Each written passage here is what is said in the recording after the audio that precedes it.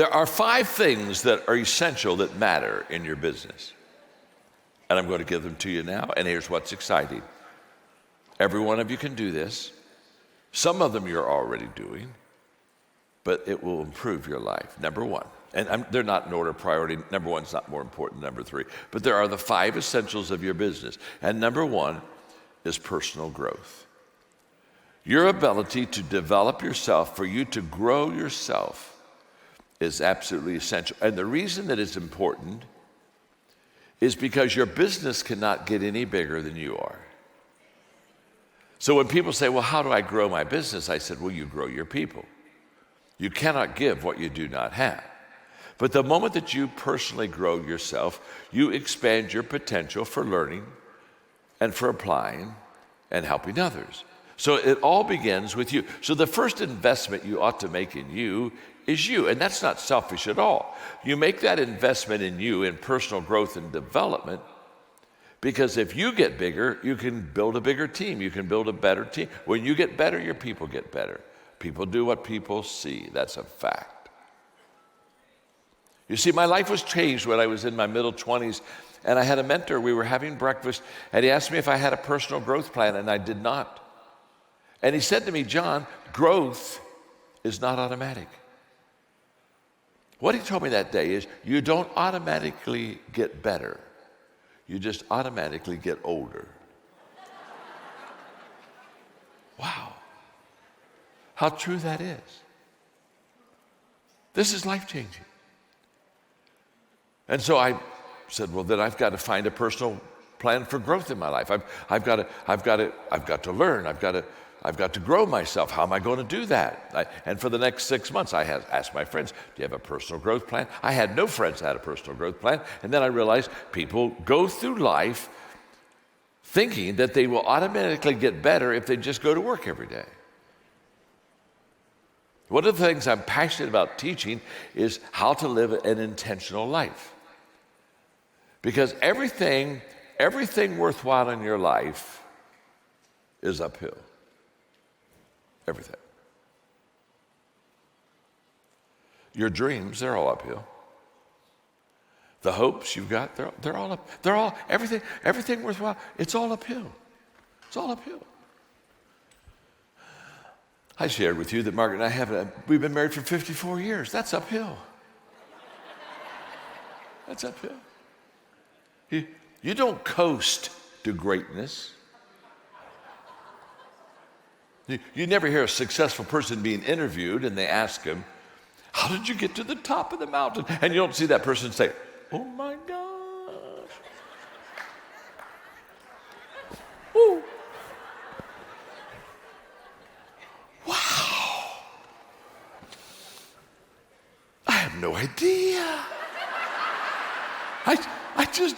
This is huge. I just woke up and here I am. You're not on top of the mountain, you're on drugs.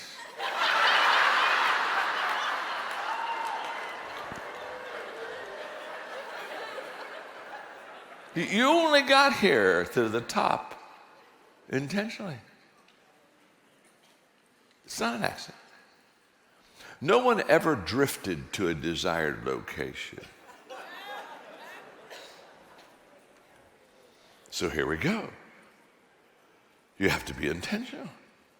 Everything worthwhile is uphill. The challenge is, here's the challenge. The challenge is this. We have uphill hopes, but we have downhill habits. You cannot go uphill with downhill habits. And one of the downhill habits that people have is they think that success should come easy, success should come quickly, that they ought to be able to put a little bit of effort and get a big return. Huge, huge bad habits. And the first thing you do to be successful is you determine that you're going to every day improve your personal life. You're going to grow. You're going to get better. Now, I'm so passionate about personal growth. I've been doing personal growth. I was about 25 when Kirk Campmeyer at breakfast told me this, and I'm 76. So for 50 years, I've been every day growing and learning, and this is amazing. I'm so passionate about it. When we had children, I put all of my children on personal growth plans. Now we have grandchildren. They're all on personal growth plans.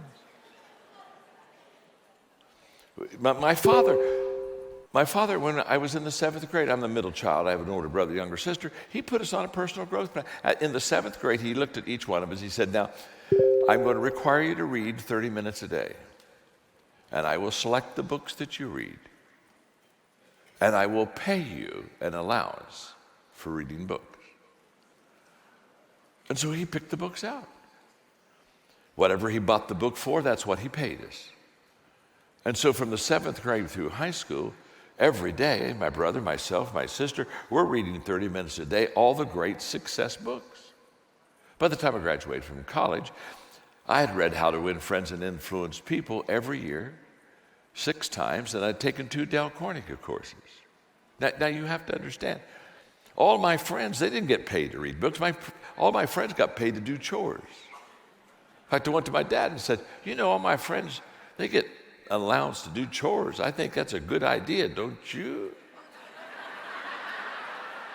He said, that's a terrible idea. He said, I don't pay you to do chores because you do chores because you're part of a family. And I don't pay you to be part of a family. He said, let me explain it to you like this. He said, by the time you were born, you already owed your mother for 9 months of room and board.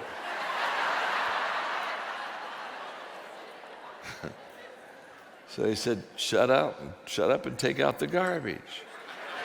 And then he said, why would I pay you to take out the garbage unless I wanted you to grow up to be a garbage man?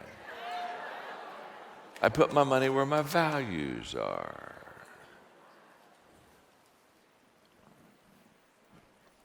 Life-changing. By the time my brother graduated from college, he was already a millionaire. By the time I was 28, I had the 10th largest nonprofit in the country. By the time my sister was 27, she was in charge of a whole floor in a hospital. These aren't accidents, folks. My father made sure that he got the right stuff in us. He made sure that we were growing, that we were learning, that we were expanding our life. And it just becomes it becomes life-changing. You see, a growth environment looks like this. A growth environment is a place where other people are ahead of you. This is huge. In other words, you want to be around people that are bigger, smarter, and faster than you. You don't want to be the head of the class. In fact, if you're at the head of the class, you're in the wrong class. Get out of that class. Because you're the head of the class, you're just going to tell everybody how good you are.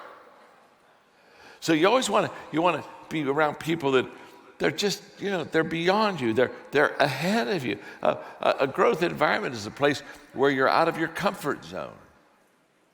Where every day you get up, you look and say, oh, I got a mountain to climb. Remember, everything worthwhile is uphill. And by the way, everything that you need in life but you don't have, the reason you don't have it is because it's outside of your comfort zone. If it was in your comfort zone, you'd already have it.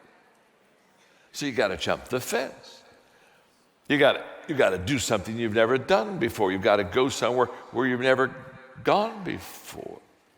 Wow, this is huge. I heard Earl Nightingale, I was still in my 20s, and he said that if you would spend 1 hour a day, every day, on the same subject in 5 years, you'd be an expert on the subject. I thought, man, I'd like to be an expert in leadership. So I said, I'm going to do this. I'm going to spend an hour every day for 5 years on the subject of leadership, and that's what I started doing every day, an hour. Everyday essentials. I'm just talking about this. This is huge. Every day. I read about leadership. I practiced leadership. I asked questions about leaders. I had leadership experiences every day. 1 hour, 1 hour. And Earl Nightingale said, in 5 years, I would be an expert on leadership. So I started off with a countdown. I thought, okay, he says 5 years. And, I thought I was Cape Canaveral, 5, 4, 3, woo, in a few years, I'm going to take off. I'm going to be an expert. And about right in the middle of that 5-year period, I quit asking myself, how long will it take? Because that's what countdown people do. Well, how long will it take? How long? Well, 5, 4, 3.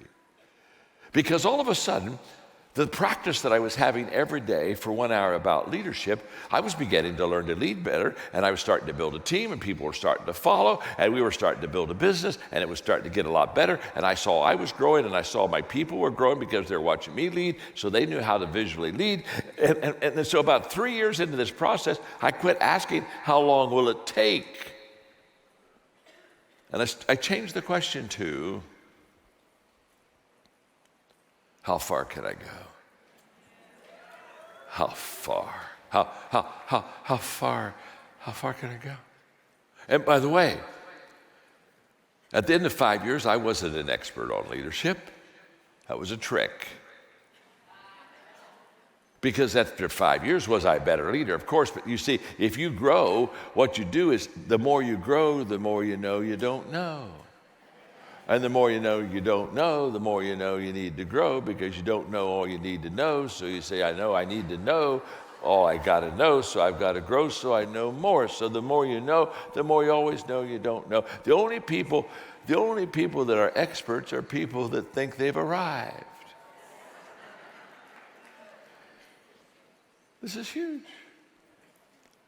And I'm still growing. I'm 76. I'm still learning. I'm still growing. I'm still writing new lessons. I'm still doing new teachings. I'm still going and learning in new places. This is huge. I want to promise you. You need to constantly, continually, passionately, every day, grow and improve your life. It's just fantastic. I've got several books to write because I keep writing. I'm writing 3 books right now. But one of the books I want to write that's in my line, it's in the queue, is going to be called "Is There a Finish Line?" It's a huge question, and it's a question. That's the title of the book, because for some people the answer is yes. There's a finish line. They say, when I make so much money, I'll finish. When I get a certain age, I'll finish. And they put what I call self-imposed finish lines. Now, if that's your life, that's your life. It's not my life. But if that's your life, that's your life. I just want you to know that when you have a self-imposed finish line and you crossed it, you're finished. My name is John. I'm your friend. What part of this do you not understand? I know a whole bunch of people, they're already dead. They just haven't made it official yet.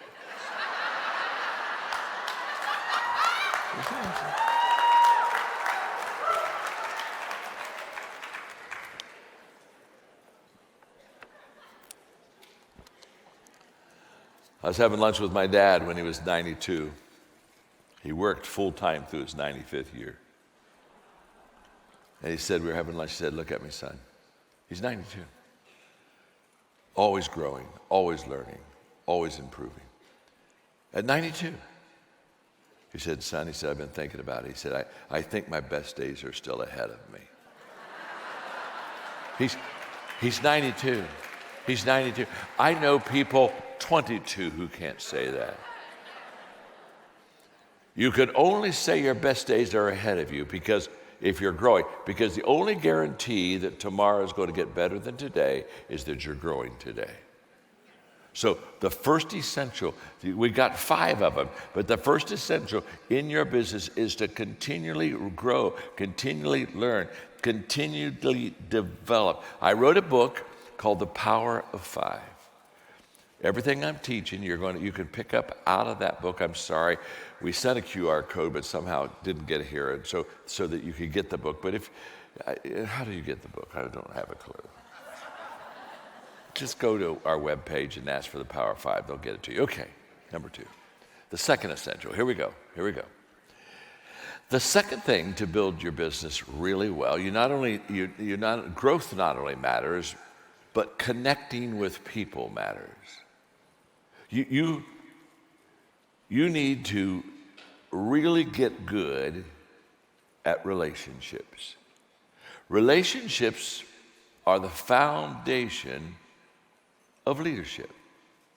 In my 21 irrefutable laws of leadership, I talk about the law of connection. Leaders touch a heart before they ask for a hand. I talk about the law of buy-in. People buy into the leader before they buy into the vision. So what you need to do in your business is always make sure that you're connecting with your people, that there's a great power in proximity. Relationships are so essential, as you know, in this business.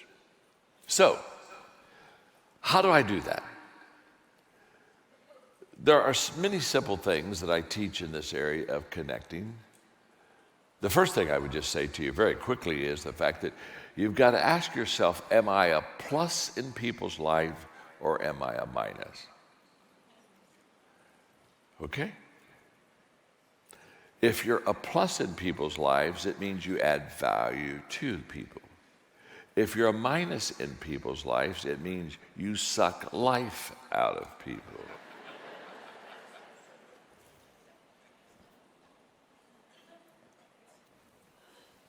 And I'm always interested in people that are in the people business like you that aren't any good with people. It always confuses me. I meet people and they tell me they're in the people business, and I look at them and I say, dear God, you have got to be kidding. I mean, some of you don't need to be in this business. Good night. You need to be a toll booth operator. You just need to be in some cubicle by yourself that nobody has to talk to all day. That, oh, happy day. I mean, there are people, a lot of times, I just look at them and they're not good with people. And I just want to take them to lunch, buy their lunch, say, my name is John, I'm your friend. I just want to tell you.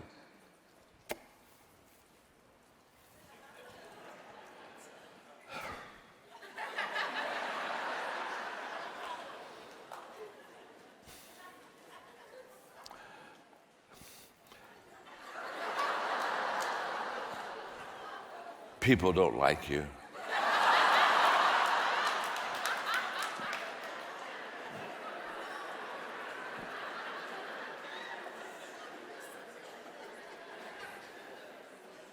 You know who I'm talking about. I mean, every one of us, they just walk into the room. And there's a lot of people in the room, so when they walk in the room, you say, oh my gosh, I hope they don't see me. And then they see you. And they start coming close to you. And you say, oh no, oh, help me, Lord, help me. Help them, help us. Help someone, help. Take me, Lord, take me, Lord. Take me. Take them. Take them.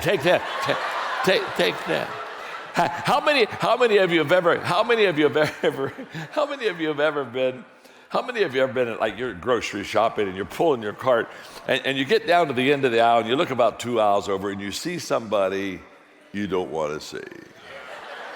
It's one of those people. You with me? And that's the bad news. The good news is they didn't see you. So, hey, how many of you ever done this number?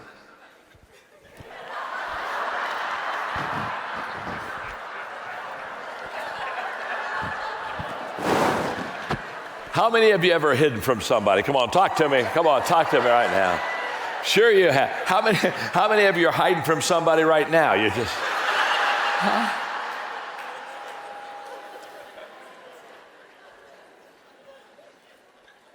So how do we develop our team to be plus people? It's very simple. There are 5 things I do every day. 5 things to add value to people. They're so simple. You can practice them. It doesn't take long. And it will make you a Pied Piper of people. Every day. Number 1, I value people. I just value people. You say, now who do you value? I value everyone. You say, wow, everyone? Yeah. Now, I'm a person of faith. I'm not trying to put that on you, but The reason I value everyone, I had a person the other day say, well, you don't even know me. How can you value me? I said, it's very simple. God created you. If God created you, it's not complicated. He values you, I value. So every day I value people. Number two, every day I think of ways to add value to people. You see, I knew I was going to talk to you this morning, so I jumped on the plane in New Orleans, and I pulled out my iPad, and I began to think of what I wanted to teach you and what I could say here. I'm thinking ahead of the people I'm going to meet, saying, how do I add value to them? So every day I value people. Every day I think of ways to add value to people. Number three, every day I look for ways. I look for ways to add value to people. And here's what's beautiful. If ahead of time you think of ways to add value to people, you'll see ways to add value to people. Every day, number four, I do things. Every day I do things that add value to people. I make sure that I do things that add value to people. And number five, every day I encourage other people to add value to people. I do that every day. I value people, think of ways, look for ways, do things, encourage other people to add value to people. I do that every day. It's so simple. It is so incredibly life-changing. Practice it. You can do it. It's every day. So it's so true that how we connect with people really matters. It's just obvious. It's just so true that if we're growing personally, it really matters. These are essentials, everyday essentials. Let me give you number three. And by the way, as I get ready to give you number three, let me just say what a delightful audience you are. You're delightful. You're taking notes, you're smiling, you're with me, you're leaning in. I needed you yesterday in New Orleans. I may have to have you travel with me for a few days. Just kidding. But you're so hungry to learn. You're so beautiful in your attitude. I can see it, and it's just fun. What beautiful people you are. What a beautiful company you have. Okay, now let me give you the third essential, because there's five, and we're only on two. But before I give you three, are you learning something? Yeah, okay. Look at your neighbor and say, I'm learning something. Go ahead and tell son, I'm learning something. Look right back at him and say, you still have three to go. You're not close yet. You're not close yet.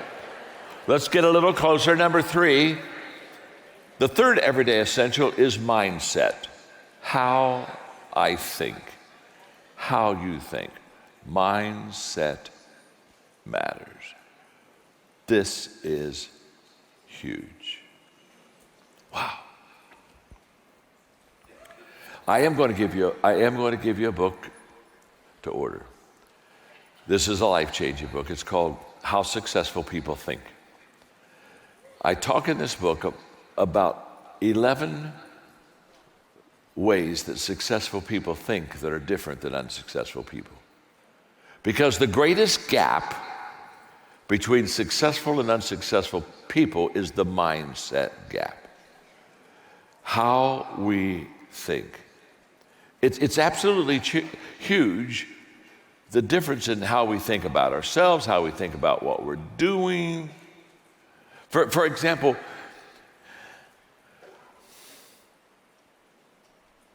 you don't have to believe in me for me to be successful, but I have to believe in me. And you have to believe that I believe in me. So I know a lot of people that family maybe don't believe in them, or friends say, oh, that'll never work, you won't make it. I mean, how many of you had people, as you got into the business, they said, oh, this isn't going to work? I mean, how many of you know what I'm talking about? Of course you know what I'm talking about. But you can be successful without other people believing in you, but you can't be successful without you believing in you. And so this, thank you for that. Well, it's all right. Don't press it. Don't press it. It's all right. Don't press it. I'll say something maybe better, and 5 or 6 will clap next time. And let me just say this. It's important for you to choose to believe in yourself And it's important for you to choose to believe in your purpose. You've got to have personal belief in you, and you have to have purpose belief in what you do. And you have to put them together. And if you don't put them together, it won't give you the return you want. For example, if I have low personal belief, I don't believe in me, and I have low purpose belief, I don't believe in what I'm doing, I won't even get started, okay? Now, if I have high personal belief in me, but I have low purpose belief, in other words, I really believe in me, but I really don't believe in what I'm doing, I won't continue, I'll quit. People that quit, what happens is that they have low purpose belief. Now, if I have low personal belief, but I have high purpose belief, what will happen is I'll do the business, but I won't be great in the business because I don't believe in myself enough, so I'll never reach my dream. But when I have high personal belief and high purpose belief, and I put them together, then all of a sudden, everything changes. So, there's so much. I could talk to you for all day about mindset, how we think. But one of the things when I teach is I talk to people about their attitude, their mindset about failure. Because a lot of people really get tripped up with failure. And I'm just here to tell you that in fact, I just wrote a book. I wrote a book, and I've already finished the manuscript, but I'm not putting it in yet because I'm writing another book that I want to get in front of that book. I'm so sorry. I'm so sorry. It happens to me all the time. In fact, I was talking to God the other day. I've got 13 more books to write, and I'm 76. I said, you have got to let me live a long time. So I wrote a book. It'll come out in about a year, but it's not going to come. Called How to Receive a Return on Failure. And I just love this book. It's How to Receive a Return on Failure. And I was going to, but because of where we are in our country, I'm writing another book right now that's going to come out next March or April called High Road Leadership, with a subtitle, Bringing People Together in a World That Divides.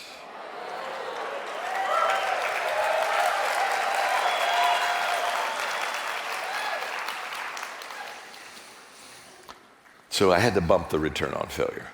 But they're coming out, just relax. Live long enough, you can get them all. But in return on failure, one of the things I teach people is, now this is huge, you gotta keep failure and success together. And people don't do this. What people do is they want to remove themselves from failure as fast as they can. So in our culture, people say, succeed, don't fail. Oh my gosh, do it right. Oh, don't do it wrong. Hey, don't mess it up. Make sure you got it. And we divide success and failure. Success and failure is not supposed to be divided. It's never been supposed to be divided. And it doesn't work when it's divided. You got to put success and failure together because success needs failure right beside it, and failure needs success right beside it. And here's why. Here's why. Because that's the way our life is. You don't go through life and say, oh my gosh, this month has been huge. All I've had is wins, no failures. It's just woo, woo. Or, no. Don't we have good parts of a day and bad parts of a day? Don't we have wins and losses? I mean, I don't go through a day without a win or two and a loss or two. I mean, you got to keep them together. And the reason you got to keep them together is this. Okay, let's say you're on a roll. You got a couple days, you just kind of kick it and you're successful. You got to keep failure right beside that success, because when you really start doing good, if you're not careful, you can get arrogant. But if you keep failure right beside success, it gives you humility. Because Bill Gates said success is a lousy teacher. It makes people think they can't lose.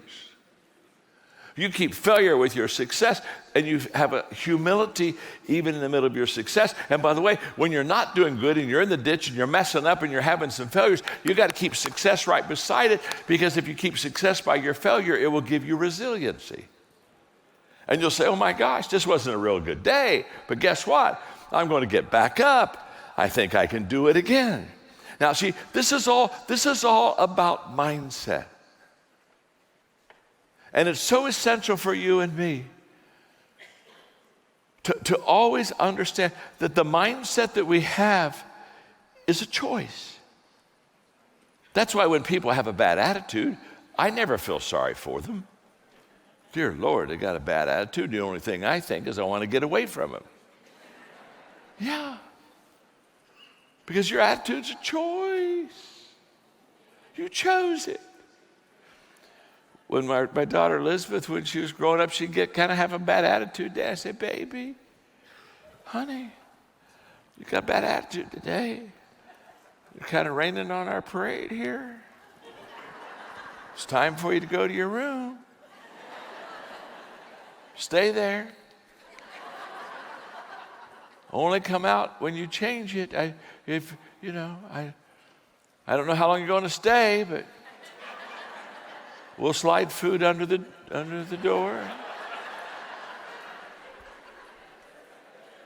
It's a choice.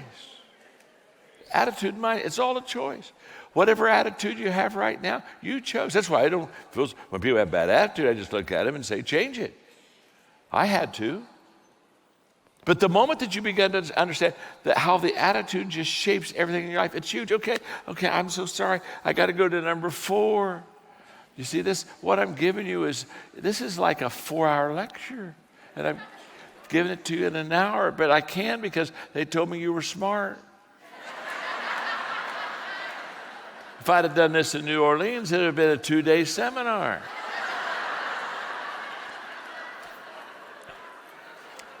The fourth, you are good. You're a good crowd. I am taking you with me. Get ready to travel next week. Okay, here we go. Number 4, the fourth essential you have to have in your business is leadership. Leading matters. You got to learn how to lead. Wow, that's huge. You got to learn how to lead. Why? Because everything rises and falls on leadership. End of story. It's just been true for centuries. It's true in government, it's true in business, it's true in education, everything. In your business here, the people that will build the biggest business are the people that are the best leaders. Everything rises and falls on it. That's why I give my life to leadership. That's why and what causes leadership to rise? Good leadership skills and good values. That if you have those two things, you have good leadership skills and good values, your leadership will rise, your company, your business will rise, your team will go up. And what causes it to fall? Bad leadership skills or bad values. Either one will cause it to fall. Because of time, I wrote a book called Developing the Leader Within You 2.0. In that book, I give you 10 things that you need to work on and practice on to be a great leader. And I would just encourage you to take some time with you and your team and do some leadership teaching and do a little, read together, but 10 things to help you. But let me illustrate it this way. In my 21 Irrefutable Laws, I'm just curious, have any of you ever read the 21 Irrefutable Laws of Leadership? Oh yeah, well, the people that raise their hands are truly the great leaders right now. It's the best-selling leadership book ever written. Millions of copies. Okay, here we go. In there is the law of the lid, L-I-D, and the law of the lid says how well you lead determines how well you succeed. That's true.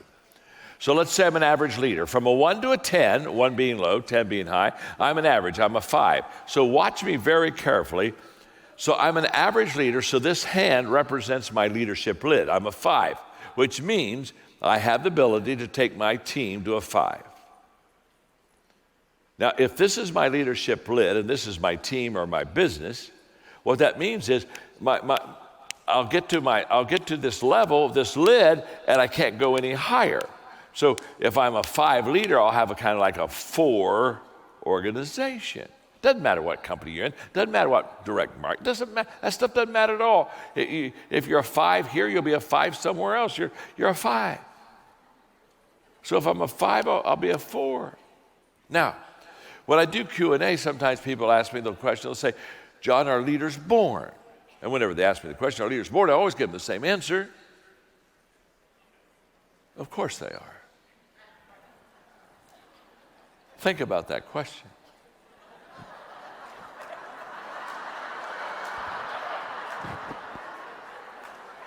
Are leaders born?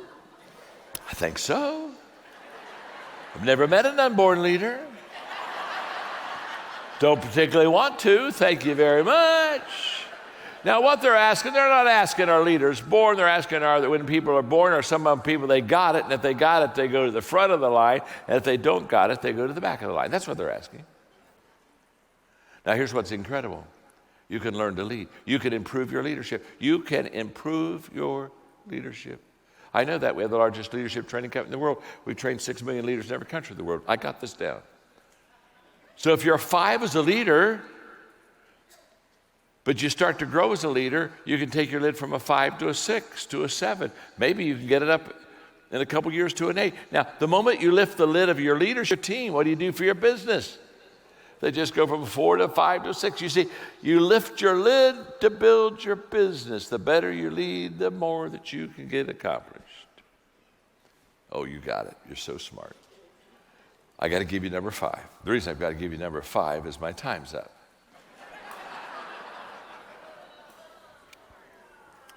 It's okay. It's all right. Hey, it's all right. Aren't you traveling with me from now on? Okay. Let me give you the 5th essential, because it's so essential. And I won't have time to talk about it today, but I'll just give you one little thought. I'll just give you a minute thought, and then I'll get off the stage because you got other important things to get accomplished. The last thing, the essential in your life is significance matters. Significance matters. Wow. And let me just explain significance to you. Success is what I do for myself. Success is the homes I have, the plane I flew on over here today. It's my stuff. Success is about me. Significance is about others. And let me tell you something. I know a lot of unhappy, successful people. They got all the stuff, but they're not happy because they're living for themselves. But significant people, people who give their life, the only reason I'm here today is for significance. I'm not here for success. Good Lord, I've already had a lot of success. I'm not here for money. I already got money. I'm here because I want to add value to other people. And you show me a person that is significant, and I'll show you a person that has a smile on their face. They're very fulfilled. You want to make sure. One is too small of a number to achieve greatness. Selfishness and significance is not compatible. I had a lady the other day come up to me and said, I just want you to know I'm just not a selfish person. And I looked at her and smiled, and I thought to myself, no, you're a delusional person. We're all selfish. We all have selfishness in it. Come on, talk to me. Are you all right? We all got that. If you don't think you have any selfishness in me, let me just ask you the question. The next time somebody takes a picture with you and your friends, and they show it to you, who is the first person?